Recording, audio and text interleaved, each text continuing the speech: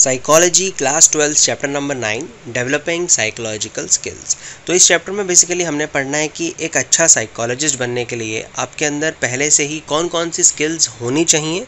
As a human आपके अंदर एक जो इनबॉर्न कुछ टेंडेंसीज होती हैं, इनबॉर्न कुछ हमारे टेम्परामेंट्स होते हैं, वो किस किस तरीके के आपके अंदर होने चाहिए और क्या क्या कुछ एक्स्ट्रा स्किल्स आपको सीखनी पड़ेंगी एक अच्छा साइकोलॉजिस्ट बनने के लिए।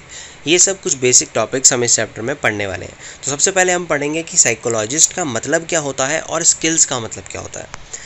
Psychologist is a person who have interest in people, their abilities and temperaments. जिनको लोगों में इंटरेस्ट हो, उनकी एबिलिटीज़, उनके टेम्परामेंट्स, इन सब चीज़ों को जानने में इंटरेस्ट हो, वो होता है एक psychologist. They exhibit a willingness to provide help by using their knowledge of the discipline। यानी कि अगर मेरे को साइकोलॉजी की नॉलेज है, किसी अपने इस डिसिप्लिन की नॉलेज है, तो मेरे अंदर वो विलिंगनेस भी होनी चाहिए कि मैं किसी और की हेल्प कर सकूँ इस नॉलेज के थ्रू, तभी मैं एक अच्छा साइकोलॉजिस्ट बन पाऊँगा। There is active involvement of psychologist in helping the client. एक क्लाइंट की हेल्प करने में सबसे ज़्यादा एक्टिव इन्वॉल्वमेंट एक साइकोलॉजिस्ट की लगती है। अब उसके बाद स्किल्स का मतलब क्या होता है। स्किल्स में भी डिफाइंड एज प्रोफिशिएंसी, फैसिलिटी और डेक्सटेरिटी दैट इज़ एक्वायर्ड और developed through training and experience. जो कि आपने डेवलप करे हों या तो अपनी ट्रेनिंग से और या फिर एक्सपीरियंस से। The Webster Dictionary defined it as possession of the qualities required to do something or get something done। यानी कि ऐसी कुछ क्वालिटीज़ आपके अंदर होना जो कि नीडेड है किसी भी एक काम को करने के लिए, वो होती है आपकी स्किल। तो साइकोलॉजिस्ट एक ऐसा पर्सन जो कि विलिंग हो दूसरों की हेल्प करने के लिए और जिसको लोगों में इंटरेस्ट हो, और स्किल्स कुछ आपकी क्वालिटीज़ जो कुछ भी काम करने के लिए नीडेड हो। उसके बाद अमेरिकन साइकोलॉजिस्ट एसोसिएशन APA ने 1973 में कुछ रिकमेंडेशंस दी थी कि एटलीस्ट ये 3 सेट ऑफ स्किल्स तो आपके अंदर होनी चाहिए अगर आपने एक अच्छा साइकोलॉजिस्ट बनना है। सबसे पहले तो असेसमेंट ऑफ इंडिविजुअल डिफरेंसेस। ये असेसमेंट करना आपको आना चाहिए कि कैसे एक हर इंडिविजुअल आपस में अलग अलग होता है, इस चीज़ की नॉलेज आपको होनी चाहिए। बिहेवियर मॉडिफिकेशन स्किल्स आपके अंदर होनी चाहिए। काउंसलिंग और गाइडेंस स्किल्स आपके अंदर होनी चाहिए। अब उसके बाद कई लोग अपने आप को कहते हैं कि मैं साइकोलॉजिस्ट हूँ, मतलब कि अगर किसी को थोड़ी बहुत भी इस डिसिप्लिन की नॉलेज हो तो लोग अपने आप को एक साइकोलॉजिस्ट बिल्कुल मानने लग जाते हैं कि लोग उनसे अपनी प्रॉब्लम्स डिस्कस करते हैं तो वो समझने लग जाते हैं कि मैं एक साइकोलॉजिस्ट हूँ। तो उसका फ़र्क हम कैसे पता कर सकते हैं कि कौन रियल साइकोलॉजिस्ट है और कौन एक सूडो साइकोलॉजिस्ट है।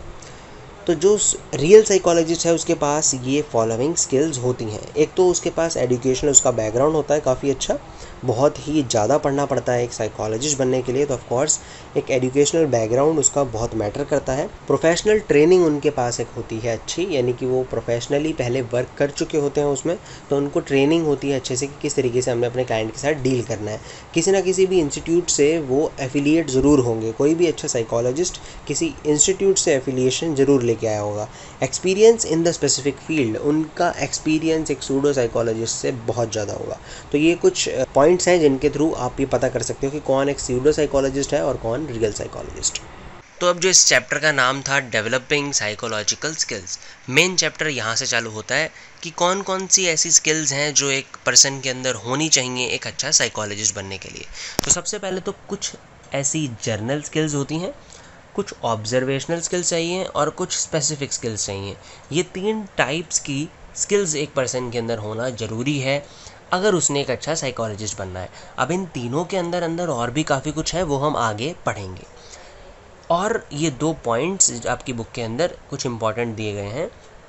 एक तो काउंसलर और साइकोलॉजिस्ट, ये होते हैं सर्विस ओरिएंटेड डिसिप्लिन्स।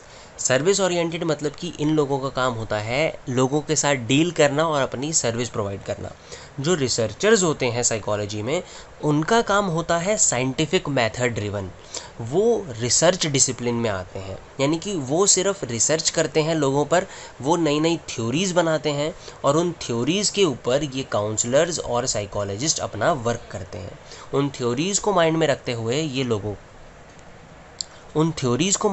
हुए ये उन लोगों को आगे ट्रीट करते हैं, डील करते हैं उनके साथ। तो ये कुछ मेन पॉइंट्स थे जो आपकी बुक में 2 दिए गए थे। इनके बीच का बेसिकली डिफरेंस कि एक जो काउंसलर और या फिर साइकोलॉजिस्ट होता है और जो रिसर्चर्स बनते हैं साइकोलॉजी की फील्ड में, उनके अंदर क्या डिफरेंस होता है। तो अब सबसे पहली skill journal skills. Journal skills के अंदर आती हैं आपकी इंटेलेक्चुअल और पर्सनल स्किल्स। अब ये कुछ पर्सनल और इंटेलेक्चुअल स्किल्स आपको नीडेड हैं irrespective of your specific field. जैसे कि साइकोलॉजी के अंदर अलग अलग फील्ड्स होती हैं। आप एनवायरमेंटल साइकोलॉजिस्ट बनना चाहते हो, स्पोर्ट्स साइकोलॉजिस्ट बनना चाहते हो, एजुकेशनल साइकोलॉजी की फील्ड में जाना चाहते हो, एट्सेट्रा एट्सेट्रा। ऐसी बहुत सारी और भी कई फील्ड्स हैं साइकोलॉजी में। Irrespective of all those fields, ये कुछ स्किल्स तो आपके अंदर होना नीडेड ही हैं। अब इसके अंदर फर्दर जो स्किल्स आती हैं वो सबसे पहले इंटरपर्सनल स्किल, यानी कि आपस में दो लोगों की जो बात करने की स्किल होती हैं, यानी कि आप दूसरे की बात को कितना समझ पा रहे हो, अपनी बात उसे कितना समझा पा रहे हो, ये हो गई आपकी इंटेलेक्चुअल स्किल। कॉग्निटिव स्किल आपकी होती है प्रॉब्लम्स को सॉल्विंग, रीजनिंग एट्सेट्रा एट्सेट्रा, यानी कि माइंड लेवल पे जो जो बातें आती हैं आपकी। अफेक्टिव स्किल्स के अंदर आती हैं आपकी बेसिकली इमोशन से रिलेटेड सारी स्किल्स, यानी कि आप इमोशंस को लेके कितना ज़्यादा सेंसिटिव हो, कितना आप दूसरे पर्सन की इमोशंस को समझ सकते हो और उनके बीच में डिफरेंशिएट कर सकते हो कि क्या सही है, किस हद तक सही है, किस हद तक ये पर्सन इमोशनली स्टेबल है, न्यूरोटिक है, या किस तरीके से आप उससे इमोशनली डील करोगे। ये सारी स्किल्स भी आपके अंदर होना ज़रूरी है और ये स्किल्स आती हैं अफेक्टिव स्किल के अंदर। उसके बाद आपकी पर्सनैलिटी और एटीट्यूड आपका काफ़ी मैटर करता है कि आपकी पर्सनैलिटी किस टाइप की है, वो बहुत ज़्यादा मैटर करती है इसके अंदर। उसके बाद आपकी पर्सनैलिटी और एटीट्यूड्स अलग अलग चीज़ों के बारे में, यानी कि अगर आपकी पर्सनैलिटी ही गुस्से वाली बहुत ज़्यादा है कि आपको छोटी छोटी बातों पे गुस्सा आ जाता है, तो आप ऑफकोर्स उसकी बात को ढंग से नहीं समझ पाओगे। उसके बाद आपकी एक्सप्रेसिव स्किल्स। एक्सप्रेसिव स्किल का मतलब कि आप खुद को कितना ज़्यादा एक्सप्रेस कर सकते हो। यानी कि अगर आपको समझ आ जाए कि आपके क्लाइंट की प्रॉब्लम कुछ ये है, तो आप उसे किस तरीके से एक्सप्रेस करोगे कि आपकी ये प्रॉब्लम है, उसे किस तरीके से कन्फ्रंट करवाओगे, उसके लिए आपको एक्सप्रेसिव होना ज़रूरी है। रिफ्लेक्टिव स्किल्स का मतलब होता है कि अगर आपको आपके क्लाइंट ने कुछ बात बोली, कुछ कहा, तो आपको वो बात समझ आई और आप उसका रिस्पॉन्स किस तरीके से कर रहे हो, उसको इफ़ेक्टिव करना, वो सब आता है एक इफ़ेक्टिव रिफ्लेक्टिव स्किल्स के अंदर। उसके बाद आपकी कुछ पर्सनल स्किल्स हैं। पर्सनल स्किल का मतलब कि जैसे कि अगर आपको कोई पर्सन पसंद नहीं है और वही आपका क्लाइंट बन जाए, तो क्या आप उस सिचुएशन में डील कर पाएंगे या नहीं। आपका अगर नेचर ही बिल्कुल ऐसा है कि आपको तो लोग पसंद ही नहीं है, आपको लोगों की बातें सुनना ही नहीं पसंद, तो भी आप नहीं बन सकते अच्छे साइकोलॉजिस्ट। तो ये कुछ ऐसी चीज़ें जो से बिल्कुल आपके तक पर्सनल हों, वो सब चीज़ें आती हैं पर्सनल स्किल के अंदर। Observation skills. तो ऑब्जर्वेशन का मतलब, आप पुराने चैप्टर्स में हम काफ़ी बार ये टर्म को पढ़ चुके हैं। ऑब्जर्वेशन स्किल एक साइकोलॉजिस्ट के अंदर होना मोस्ट इम्पॉर्टेंट माना गया है। Psychologist is like an instrument that observes all sources of information from the environment. Psychologist एक ऐसा इंस्ट्रूमेंट है जो कि अपने आसपास चलने वाली हर इंफॉर्मेशन को अपने अंदर एब्जॉर्ब कर ले। ये होता है एक अच्छा साइकोलॉजिस्ट। तो इसके लिए ऑफ कोर्स आपको अच्छी ऑब्जर्वेशन स्किल्स होना ज़रूरी है, यानी कि आपके क्लाइंट ने आपको अपनी फीलिंग्स बताते टाइम कितने टाइम आपकी अपनी हैंड मूवमेंट करी, कितने टाइम वो उसने फिजिट मूवमेंट्स करी अपनी बॉडी में, तो ये सब चीज़ें बहुत ही ज़्यादा इंपॉर्टेंट होती हैं एक साइकोलॉजिस्ट के लिए। तो उसको ऑब्जर्वेशन करनी ऑफ कोर्स अच्छे से आनी चाहिए। अब ऑब्जर्वेशन के अंदर दो वेज होते हैं, एक नेचुरलिस्टिक और एक पार्टिसिपेंट। ये सब हम पिछले चैप्टर्स में पढ़ चुके हैं। नेचुरलिस्टिक ऑब्जर्वेशन के अंदर वो होता है जब हम नेचुरल कंडीशन में अपने क्लाइंट को ऑब्जर्व कर रहे हों। पार्टिसिपेंट में होता है जब हम खुद ही उस गेम का या कुछ भी ऐसी एक्टिविटी का पार्ट बन जाएं जो हमारा क्लाइंट खुद कर रहा है। वहाँ पर जाके उसी के लेवल पर जाके जो हम उसे समझें, तो वो होता है पार्टिसिपेंट ऑब्जर्वेशन। और जब हम दूर बैठे सिर्फ नेचुरल कंडीशंस में अपने क्लाइंट को ऑब्जर्व कर रहे हैं, वो होता है नेचुरलिस्टिक ऑब्जर्वेशन। अब दोनों के अपने अपने प्रोज और कॉन्स भी हैं। जैसे ओवरऑल एक ऑब्जर्वेशन के अंदर कई बार हमारी बायसनेस भी आ सकती है। जैसे कि अगर हमारा कोई खुद का ही फैमिली मेम्बर है और हमने उसको ऑब्जर्व करना है, तो ऑफकोर्स हमारे अंदर कुछ बायसनेस आ सकती हैं। अब उसके बाद है कुछ specific skills. These are required for very specialized professional functioning। यानी कि जब आप बिल्कुल एक अच्छे साइकोलॉजिस्ट बन चुके हो, आप अब फील्ड में हो, आप अब वर्क कर रहे हो, उस टाइम पर ये 4 स्पेसिफिक स्किल्स आपके अंदर होना इज़ अ मस्ट। ये तो आपको आना ही चाहिए। सबसे पहले तो आपकी कम्युनिकेशन स्किल्स, ये बहुत अच्छी होनी चाहिए। साइकोलॉजिकल टेस्टिंग स्किल्स, यानी कि आपको एटलीस्ट टेस्ट तो करने आए अपने क्लाइंट्स पर, कि आपने जैसे उसका इंटेलिजेंस टेस्ट करना है, आपने पर्सनैलिटी टेस्ट करना है, तो आपको सारे टेस्ट की नॉलेज होनी चाहिए, उसके प्रोसेस की नॉलेज होनी चाहिए कि उसे किस तरीके से आपने करना है उसके ऊपर। उसके बाद इंटरव्यूइंग स्किल आपके अंदर होनी चाहिए, उसको किस तरीके से आप इंटरव्यू करेंगे, इंटरव्यू के अंदर क्या क्या क्वेश्चंस आते हैं, वो सब चीज़ें आपको पता होनी चाहिए। उसके बाद काउंसलिंग स्किल आपके अंदर होनी चाहिए, आपको उसे काउंसिल करना आना चाहिए। अब इनको हम आगे डिटेल में पढ़ेंगे। तो सबसे पहली स्पेसिफिक स्किल जो आपको चाहिए एक अच्छा साइकोलॉजिस्ट बनने के लिए, वो है आपकी अच्छी कम्युनिकेशन। तो सबसे पहले हमने ये समझना है कि कम्युनिकेशन होती क्या है, इसका मतलब क्या है। तो it is a process which can be conscious और अनकॉन्शियस, इंटेंशनल और अनइंटेंशनल, और इसका बेसिक मुद्दा होता है अपने फीलिंग्स और आइडियाज़ को शेयर करना। अब वो शेयर आप किसी भी तरीके से कर सकते हैं, वर्बली भी और नॉन वर्बली भी। अब उसको भेजने वाला होता है एक, यानी कि वो मैसेज सेंड किया जाता है, देन वो मैसेज रिसीव किया जाता है और उसे कॉम्प्रीहेंड किया जाता है, यानी कि समझा जाता है। तो ये पूरी होती है एक प्रोसेस ऑफ कम्युनिकेशन। ये अनइंटेंशनल हो सकती है, इंटेंशनल हो सकती है, कॉन्शियस हो सकती है, अनकॉन्शियस हो सकती है।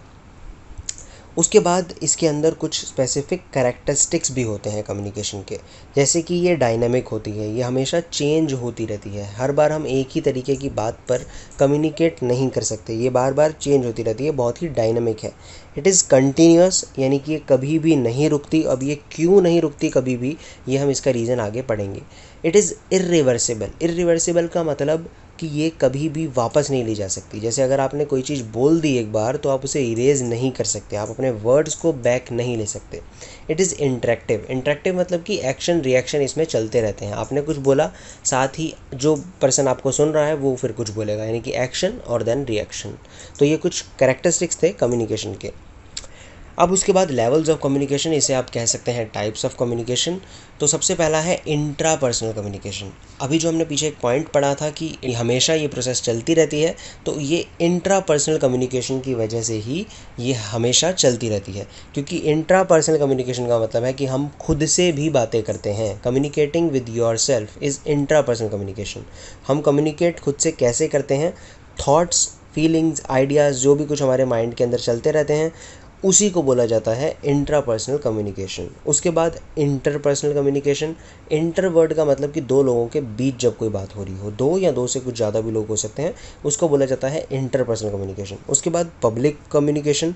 पब्लिक कम्युनिकेशन के अंदर कोई एक स्पीकर होता है जो कि एक मैसेज सेंड करता है अपनी ऑडियंस को, और वो ऑडियंस ऑफकोर्स दो से ज़्यादा ही लोग होंगे, तभी हम उसे बोलेंगे एक ऑडियंस। ऐसे और भी इसमें कई सारे टाइप्स हैं, बट मेन हमें यही तीन यहाँ पर पढ़ने हैं। जैसे मास कम्युनिकेशन, जिसमें आप काफ़ी बड़े मास को कवर करो। एक ग्रुप कम्युनिकेशन, जिसमें दो से ज़्यादा लोग हों और आपस में बात कर रहे हों।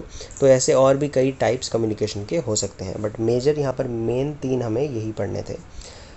अब कौन कौन से लोग इसके अंदर इन्वॉल्व होते हैं और इसकी प्रोसेस क्या है। सबसे पहले तो सेंडर और रिसीवर, ये दो लोग तो कम्युनिकेशन के अंदर चाहिए, यानी कि एक पर्सन मैसेज जो सेंड करेगा और उसके बाद एक वो पर्सन जो उसे रिसीव करेगा और देन कॉम्प्रीहेंड करेगा। अब उसकी प्रोसेस में सबसे पहला स्टेप सेंडर की तरफ से स्टार्ट होता है एनकोडिंग, यानी कि सेंडर मैसेज को एनकोड करता है, यानी कि मैसेज भेजता है। उसके बाद एक कोई चैनल का उसके अंदर रोल होता है, यानी कि चैनल मतलब मीडियम जिसके थ्रू वो मैसेज भेजा जाएगा। It can be written, it can be through voice, तो कोई ना कोई चैनल उसके बीच में ज़रूरी होता है। उसके बाद डीकोड। डीकोडिंग का काम है रिसीवर का, तो जो भी कोई रिसीवर होगा वो उसे डीकोड करेगा। तो ये थी प्रोसेस कम्युनिकेशन की। अब हमने पढ़ने हैं इसके कंपोनेंट। तो कई लोग समझते हैं कि कम्युनिकेशन सिर्फ स्पीकिंग तक ही लिमिटेड है, पर ये बिल्कुल गलत है। कम्युनिकेशन के अंदर स्पीकिंग के अलावा और भी बहुत सारे कंपोनेंट्स हैं। जैसे कि स्पीकिंग के अलावा लिसनिंग बहुत ही मेजर कंपोनेंट है। तो सबसे पहले तो स्पीकिंग क्या होती है। बेसिकली स्पीकिंग का मतलब जब आप कुछ बोलो, आप कुछ बात करो और दूसरा पर्सन उसे समझ सके, तभी उसे माना जाएगा स्पीकिंग। उसके बाद लिसनिंग, जो कि बहुत ही ज़रूरी कंपोनेंट है कम्युनिकेशन का। जब तक आप अच्छे से सुनोगे नहीं किसी की बात को, आप उसको रिस्पॉन्ड नहीं कर पाओगे और वो कम्युनिकेशन इफेक्टिव कम्युनिकेशन नहीं मानी जाएगी। अब ये जो नीचे बाकी सारे पॉइंट्स हैं, ये सब लिसनिंग के अंदर के पॉइंट्स हैं मेनली। जैसे कि रिसेप्शन। रिसेप्शन का मतलब कि एक पर्सन जिसने इन्फॉर्मेशन को रिसीव करा है, तो वो फेज़ ऑफ टाइम, जिस टाइम पर उसको पता चला कि हाँ मेरे पास कोई मैसेज आ रहा है, उसको बोला जाता है रिसेप्शन। यानी कि उसने वो समझ गया कि कोई मैसेज मेरे तक आ रहा है और अब वो उसको रिसीव करने के लिए तैयार है। उसके बाद अटेंशन, यानी कि वो कितनी ध्यान से उसकी बात को सुन रहा है। Concentration is the key term. उसके बाद पैराफ्रेजिंग। पैराफ्रेजिंग का मतलब समराइज़ करना, कि आपको किसी ने कोई बात कही, अब आप उसको दोबारा अपने वर्ड्स में जब बोलो शॉर्ट में उसे कहते हैं पैराफ्रेज करना, कि आपको ये बात समझ आई, आपने उसे बता दिया। असाइनमेंट ऑफ मीनिंग, अब ये होता है based on pre determined mental categories, यानी कि आपके माइंड के अंदर जो पहले से ही मेंटल कैटेगरीज सेट हैं उसी के हिसाब से आप उस बात को मीनिंग दोगे। और जो इससे अगला पॉइंट है role of culture in listening, वो भी कहीं ना कहीं इसी से लिंक्ड है, क्योंकि आपके माइंड के अंदर जो मेंटल कैटेगरीज बनाई गई हैं वो कहीं ना कहीं आपके कल्चर से ही इन्फ्लुएंस होकर बनी है। बाद एक यहाँ पर पॉइंट है बॉडी लैंग्वेज। बॉडी लैंग्वेज के अंदर बाकी सब कुछ आता है वर्ड्स को छोड़ के, यानी कि जो भी कुछ आपने बोला वर्बली या नॉन वर्बली लिख के, उसके अलावा जो भी कुछ आप करते हैं अपनी बॉडी के साथ, आपके जो रिएक्शंस होते हैं, आप जब बात कर रहे हो तो आपने कितनी बार अपना हाथ ऊपर नीचे करके बोला, या आपके फेस इंप्रेशन, आपके जेस्चर्स, बॉडी मूवमेंट, वो सब कुछ इंक्लूड होता है बॉडी लैंग्वेज के अंदर। अब यहाँ पर डायग्राम के थ्रू समझाया गया है प्रोसेस ऑफ कम्युनिकेशन। तो ये वही चीज़ है जो अभी हमने पढ़ी, एनकोडिंग और डिकोडिंग यहाँ पर हो रही है। ये सेंडर एनकोड कर रहा है मैसेज और ये रिसीवर उसे डिकोड कर रहा है थ्रू अ चैनल। और ये उसके अंदर अब जो बाकी और कई सारे पॉइंट्स हैं वो यहाँ पर लिखे गए हैं क्या क्या होते हैं, जैसे कि एक्चुअल वर्ड्स जो यूज़ करे हों, नॉन वर्बल क्यूज़ यानी कि आपकी बॉडी लैंग्वेज की इंपॉर्टेंस, कम्युनिकेशन का ये चैनल, पैरा लैंग्वेज यानी कि शॉर्ट में जो आप शॉर्ट वर्ड्स जो सब कुछ यूज़ करते हो, नॉइस इसके अंदर होती है, एटसेट्रा एटसेट्रा, ये सब चीज़ें यहाँ पर डायग्राम के थ्रू एक्सप्लेन्ड है। अब उसके बाद साइकोलॉजिकल टेस्टिंग स्किल्स। दूसरी स्पेसिफिक स्किल जो आपको चाहिए एक अच्छा साइकोलॉजिस्ट बनने के लिए वो है साइकोलॉजिकल टेस्टिंग। आपको टेस्ट करने आने चाहिए। इसके अंदर आता है साइकोलॉजिकल असेसमेंट्स, यानी कि जो जो असेसमेंट साइकोलॉजी में होते हैं वो आपको करने आने चाहिए। Evaluation and problem solving with individuals and groups, यानी कि इंडिविजुअल्स के साथ भी आप डील कर सको, उनकी प्रॉब्लम सॉल्व कर सको, उनको इवैल्यूएट कर सको जो रिजल्ट्स आए उनके, और यही सेम काम आप ग्रुप्स में भी कर सको। ये चीज़ें आपको चाहिए होती हैं। इसके अंदर सबसे मेन जो 3 चीज़ें हैं वो सबसे पहला तो आपका एटीट्यूड ऑब्जेक्टिव होना चाहिए। ऑब्जेक्टिव का मतलब सेम फॉर ऑल, किसी के लिए बायसनेस आपके अंदर नहीं होनी चाहिए। साइंटिफिक ओरिएंटेशन होनी चाहिए, यानी कि आपकी अप्रोच साइंटिफिक होनी चाहिए। माइंड की स्टेट की वजह से कोई डिसीजन नहीं होना चाहिए, या आपका मूड ख़राब है इसलिए आप उसकी इंटरप्रिटेशन गलत कर दो, ये सब चीज़ें उसके अंदर नहीं आनी चाहिए। आपकी एक साइंटिफिक अप्रोच होनी चाहिए, जो वहाँ पर लिखा है, जो उसका प्रोसीजर है उसी के हिसाब से आपको वो चीज़ करनी है। स्टैंडर्डाइज्ड इंटरप्रिटेशन, स्टैंडर्डाइज्ड का मतलब कि कुछ नॉर्म्स, कुछ रूल्स सेट किए जाते हैं इंटरप्रिटेशन के लिए, कि अगर किसी का स्कोर इस तरीके का आया है तो उसकी इंटरप्रिटेशन इसी वे में करी जाएगी, तो आपको उन स्टैंडर्डाइज्ड नॉर्म्स को भी फॉलो करना है। तो ये टेस्टिंग स्किल्स आपको चाहिए एक अच्छा साइकोलॉजिस्ट बनने के लिए। उसके बाद interviewing skill, third specific skill is interviewing skill. आपको इंटरव्यू लेने भी आने चाहिए और इंटरव्यू देना भी आना चाहिए, और कोई और पर्सन इंटरव्यू दे रहा है उस टाइम पे उसको ऑब्जर्व करना भी आना चाहिए। पर्पसफुल कन्वर्जेशन होती है इंटरव्यू, मोर फॉर्मल होता है इनफॉर्मल से ज़्यादा। प्री सेट पर्पज़, एक इंटरव्यू का हमेशा कोई ना कोई पर्पज़ प्री सेट होता है और ये एक स्ट्रक्चर में हमेशा होता है। तो इसके अंदर सबसे पहले आता है ओपनिंग ऑफ द इंटरव्यू, यानी कि अपने इंटरव्यू को कंफर्टेबल फील करवाना। उसके बाद बॉडी ऑफ द इंटरव्यू, जिसके अंदर मेन आप क्वेश्चंस वगैरह पूछेंगे। अब उसके अंदर क्या आता है बॉडी ऑफ द इंटरव्यू में, सबसे पहले सब्जेक्टिव डाटा, उसके बाद फैक्चुअल क्वेश्चंस जो आपने सेट किए हों, और क्वेश्चंस आप इसी तरीके से सेट करेंगे, सबसे पहले इजी, फिर डिफ़िकल्ट, फिर मोर डिफ़िकल्ट। उसके बाद last closing of the interview. तो इसका फॉर्मेट है सबसे पहले opening of interview, then body and then closing of the interview. किस किस टाइप के क्वेश्चंस पूछे जा सकते हैं एक इंटरव्यू में? डायरेक्ट क्वेश्चन, जैसे कि what is your name, what's your height, what's your weight, ये इस टाइप के कुछ होते हैं डायरेक्ट क्वेश्चन, जिनमें एक आंसर स्पेसिफिक कुछ ना कुछ सेट होता ही है, आप कुछ भी उसका जवाब नहीं दे सकते। उसके बाद open ended questions, open ended में आपके पास फ्रीडम होती है काफ़ी कुछ अपने आप को एक्सप्लेन करने की। ओपन एंडेड क्वेश्चन का एग्जांपल जैसे what do you think about life. अब इसमें आप कुछ भी आंसर अपना दे सकते हैं, एक ओपन एंडेड क्वेश्चन है। एक है होते हैं close ended questions. Close ended का मतलब जिसमें स्पेसिफिक हो, जैसे जो मैंने डायरेक्ट क्वेश्चन का एग्जांपल दिया था व्हाट इज़ योर नेम, वो क्लोज एंडेड क्वेश्चन भी हो सकता है, यानी कि एक इसमें आपके पास स्पेसिफिक आंसर है सेट, आप वही बोलेंगे, उससे ज़्यादा नहीं, उससे कम नहीं। बाइपोलर क्वेश्चंस होते हैं जिसमें सिर्फ 2 कुछ ऑप्शंस हो, या तो ये या ये, कि are you in favour of this, yes और नो। तो इसमें आपके पास या तो येस का ऑप्शन है या नो का ऑप्शन है, वो होते हैं बाइपोलर क्वेश्चंस। एक होता है लीडिंग क्वेश्चन। लीडिंग क्वेश्चन के अंदर पहले से ही जो आपसे क्वेश्चन पूछ रहा है उसके माइंड में वो चीज़ सेट होती, एक आंसर सेट होता है जिसकी तरफ वो लीड करवाता है आपको थ्रू हिज क्वेश्चन। जैसे कि अगर मैं आपसे पूछूं Paris is beautiful isn't it, इसमें मैंने पहले ही आपको लीड कर दिया उसका आंसर की तरफ। अब बहुत ज़्यादा चांस है कि आप भी उसका आंसर हाँ में ही दो कि हाँ पेरिस ब्यूटीफुल है। मिरर क्वेश्चन का मतलब जैसे जो बात दूसरे पर्सन ने कही वही बात आप उसे बोल दो आगे क्वेश्चन लगा के। मिरर क्वेश्चन का एग्जांपल ये हो सकता है, जैसे किसी ने अगर बोला कि आज मैं बहुत टायर्ड फील कर रहा हूँ, तो आप उसका आंसर एक ऐसे क्वेश्चन में दो कि हाँ इसका मतलब ये कि आपकी बॉडी के अंदर एनर्जी नहीं है ना। तो ये हो गया एक मिरर क्वेश्चन, जब आप दूसरे की बात को ही रिपीट करके उसी में से एक क्वेश्चन फॉर्म करते हैं। उसके बाद लास्ट स्पेसिफिक स्किल यानी कि फोर्थ स्पेसिफिक स्किल जो आपको चाहिए एक अच्छा साइकोलॉजिस्ट बनने के लिए, वो है आपकी काउंसलिंग स्किल्स। तो आपके अंदर काउंसलिंग स्किल होनी चाहिए, आपको किसी को काउंसिल करना आना चाहिए। अब सबसे पहले काउंसलिंग का मतलब क्या होता है और उसकी प्रोसेस किस तरीके से चलती है।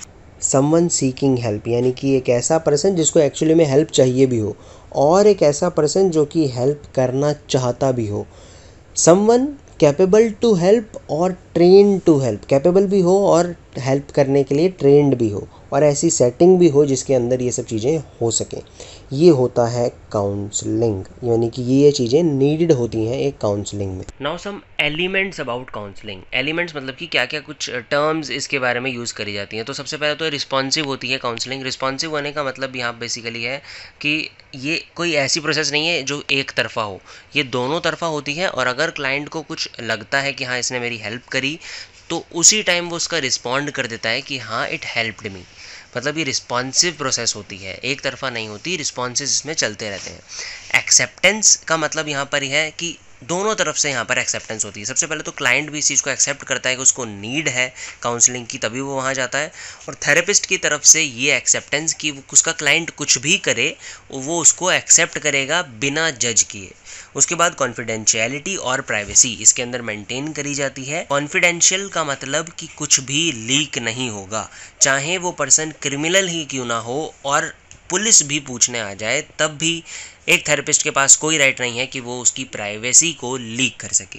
तो इसलिए यहाँ पर कॉन्फिडेंशियलिटी और प्राइवेसी मेंटेन करी जाती है। वॉलंटरी ये प्रोसेस है। वॉलंटरी होने का मतलब कि उसकी खुद की इच्छा से है ये चीज़, उसका कंसेंट है, वो चाहता है पर्सन कि हाँ मेरी काउंसलिंग हो, और जो काउंसलर है वो भी उसकी काउंसलिंग करना चाहता है। इसमें किसी भी तरफ से कोई भी दबाव नहीं हो सकता। ये एक वॉलंटरी प्रोसेस है, जो ठीक होना चाहता है वही हो पाता है। अवेयरनेस एंड सेंसिटिविटी, यहाँ काफ़ी ज़्यादा सेंसिटिविटी मेंटेन करी जाती है, यानी कि क्लाइंट की इमोशंस को लेके एक थेरेपिस्ट अपने माइंड में काफ़ी सेंसिटिविटी रखता है। और अवेयरनेस यानी कि अपने क्लाइंट के बारे में पूरी तरीके से अवेयर होता है कि क्या उसकी दिक्कतें हैं, क्या उसकी इनसिक्योरिटीज़ हैं और क्या नहीं।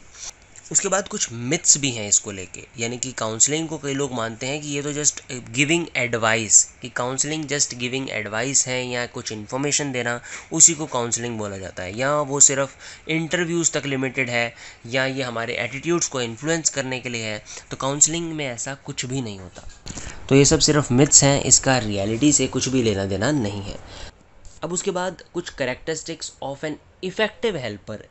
हेल्पर का मतलब यहाँ पर थेरेपिस्ट ही है एक तरीके से, कि कोई भी ऐसा पर्सन जो किसी की हेल्प करना चाहता है, यानी कि उसे काउंसिल करना चाहता है, उसके अंदर क्या क्या चीज़ें होनी चाहिए, क्या क्या कैरेक्टरिस्टिक्स उसके अंदर होने चाहिए। सबसे पहले तो ऑथेंटिसिटी होनी चाहिए। ऑथेंटिसिटी होने का मतलब जेन्युइननेस, यानी कि वो पर्सन जेन्युइन होना चाहिए। कंसिस्टेंट उसका बिहेवियर होना चाहिए, जिसके साथ एक पर्सन रिलेट कर पाए, वो अपने इनर सेल्फ को रिलेट कर पाए पर्सन कि हाँ इसका बिहेवियर ऐसा ही है और ये मेरे जैसा ही है। उसके बाद अनकंडीशनल पॉजिटिव रिगार्ड, यानी कि वो हमें एक्सेप्ट करे without judging, without labelling, just whatever we are as a client, वो हमें एक्सेप्ट करे और अपनी तरफ से हमेशा ही पॉजिटिव रखे अपना बिहेवियर हमारे लिए। इसको बोला जाता है अनकंडीशनल पॉजिटिव रिगार्ड। एम्पथी हो उसके अंदर। एम्पथी का मतलब कि वो हमारे शूज़ में आके हमारी तरफ से लाइफ को देख सके और समझ सके हमारी सिचुएशंस को। सिंपथी और एम्पथी में थोड़ा सा ही फ़र्क है। सिंपथी से कुछ बड़ा या कुछ ज़्यादा लगा लीजिए आप, वो होती है एम्पथी। सिंपथी का मतलब सिर्फ किसी को बोलना कि हाँ मैं समझता हूँ। एम्पथी का मतलब एक्चुअली में उसकी तरफ से जाके लाइफ को समझने की कोशिश करना कि उसको क्या क्या दिक्कतें फेस करनी पड़ रही हैं।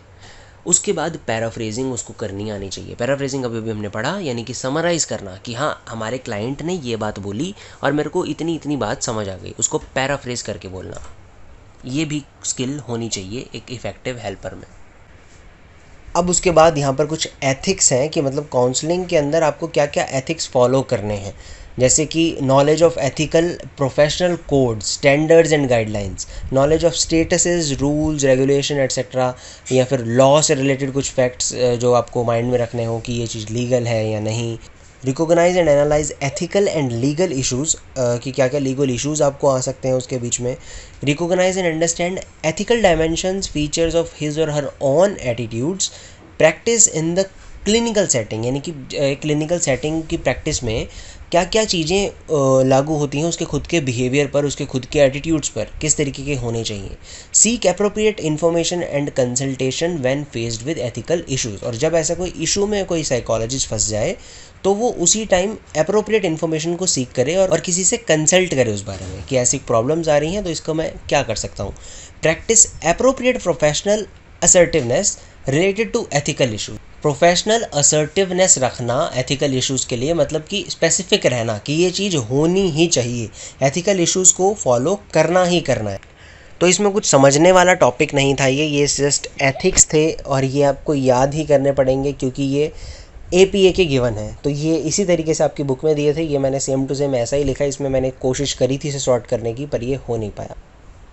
तो ये सारे टॉपिक्स हम यहाँ पर कवर कर चुके हैं। जनरल स्किल्स क्या होती हैं, ऑब्जर्वेशन स्किल, स्पेसिफिक स्किल के अंदर वो 4 skills, communication skill, psychological testing, psychological assessment करना आना चाहिए, इंटरव्यू स्किल होनी चाहिए और काउंसलिंग स्किल होनी चाहिए, एथिक्स ऑफ काउंसलिंग। तो ये सारे टॉपिक्स हम कवर कर चुके हैं और इसके साथ चैप्टर 9 पूरी तरीके से कंप्लीट हो चुका है। इस चैनल पर चैप्टर नंबर 1 से लेके चैप्टर 9 तक ये पूरी बुक अब कंप्लीट है और आप पूरी बुक को देख सकते हैं। सीरीज़ वाइज एक प्लेलिस्ट है जिसका लिंक आपको ऊपर आई बॉक्स में मिल जाएगा, आप उसको पूरी सारे चैप्टर्स यहाँ से समझ सकते हैं। कहीं पर भी कोई भी आपको मिस्टेक लगी हो या कोई भी आप चाहते हो सजेशंस फर्दर वीडियोस के लिए या किसी स्पेसिफिक टॉपिक पे अगर आप चाहते हैं कि एक पर्टिकुलर टॉपिक उसके ऊपर मैं डिटेल में वीडियो बनाऊँ जो आपको बिल्कुल समझ नहीं आया, तो आप प्लीज़ कमेंट में बताएँ, I will make it for sure. Thank you so much for watching the video.